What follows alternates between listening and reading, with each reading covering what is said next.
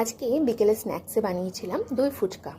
তার জন্য আলু সেদ্ধ করে নিয়েছি। আপনার বাড়িতে যতজন মেম্বার আছে সেই অনুযায়ী ফুচকার প্যাকেট আর আলু কিন্তু রেডি রাখবেন, কারণ ফুচকা কিন্তু কম পড়তে পারে আর আলুও কম পড়তে পারে।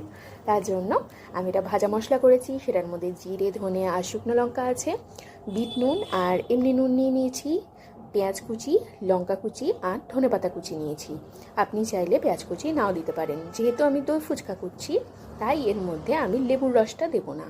যদি আপনি এমনি ফুচকা চান তাহলে অবশ্যই এর মধ্যে ছোলা দেবেন আর একটু লেবুর রস দেবেন, ঠিক আছে? আশা করছি আপনারা সবাই জানেন। এবার আমি ভালো করে সব কিছু দিয়ে আলুটাকে একদম ভালো করে মেখে নিচ্ছি, যাতে আলুর মধ্যে কোনো লাম্পস না থাকে। আর তাড়াতাড়ি হওয়ার জন্য, কারণ এই ডিশটা যতক্ষণে মাখা হয় তার মধ্যেই সব শেষ হয়ে যায়, তাই আগে থেকে আমি ফুচকাগুলোকে হোল করে রেখেছি বা ফাটিয়ে রেখেছি। আর দেখুন, বলতে বলতে আমার জিভে একদম জল চলে আসছে। আর সব ফুচকার মধ্যে আমি ভরে দিচ্ছি। মাঝে মাঝে এক একটা ফুচকা কিন্তু বেরিয়েও যাচ্ছে মাঝখান থেকে, আপনারা দেখতে পাচ্ছেন না।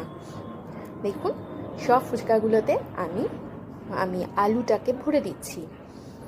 এবার আলুটা যখন ভরা হয়ে যাচ্ছে তার মধ্যে তেঁতুলের যে চাটনিটা আমি বানিয়েছিলাম, দই বড়ার এর আগের যে ভিডিওটা আমি দিয়েছি দই বড়া, সেটার মধ্যে কিন্তু তেঁতুলের চাটনি কিভাবে করবে আর দই যেটা থাকে কাটানো দই বড়ার জন্য সেটাও কি করে করবেন আমি সেখানে বলে দিয়েছি। তাই যারা দেখেননি প্লিজ কাইন্ডলি আমার আগের ভিডিওটা অবশ্যই দেখে নেবেন, সেখানে দুটোরই রেসিপি দেখা আছে। এবার আমি আলু পুর ভরে নিয়েছি ফুচকার মধ্যে, উপর থেকে বিট নুন দিয়ে দিয়েছি, আর যে ভাজা মশলা ছিল সেটাও দিয়ে দিয়েছি। দেখুন, ভাজা মশলাগুলো আমার দেওয়া হয়ে গেছে। এরকম করে দিয়ে দেবেন বা হাত দিয়েও দিতে পারেন, তাতেও কোনো প্রবলেম নেই, কারণ ওর মধ্যে ঝাল ছিল তো, তাই আমি হাত দিয়ে আর দিইনি, চামচ দিয়ে দিয়ে দিয়েছি। আর দইটাকে একটু ফেটিয়ে রেখেছিলাম, আগে থেকে ফ্রিজের মধ্যে ছিল তো দই আর চাটনিটা, তাই বেশ ঠান্ডা ঠান্ডা আর ভালো লাগছে।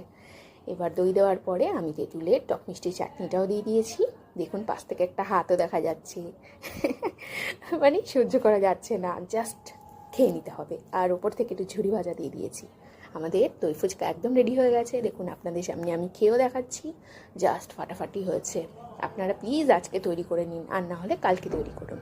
আলু আর টক চাটনিটা ছিল, কিছুটা পাপড়ি ছিল, তার উপরে দিয়ে ডেকোরেশন করে পাপড়ি চাটও হয়ে গেছে। রেসিপিটা কেমন লাগলো?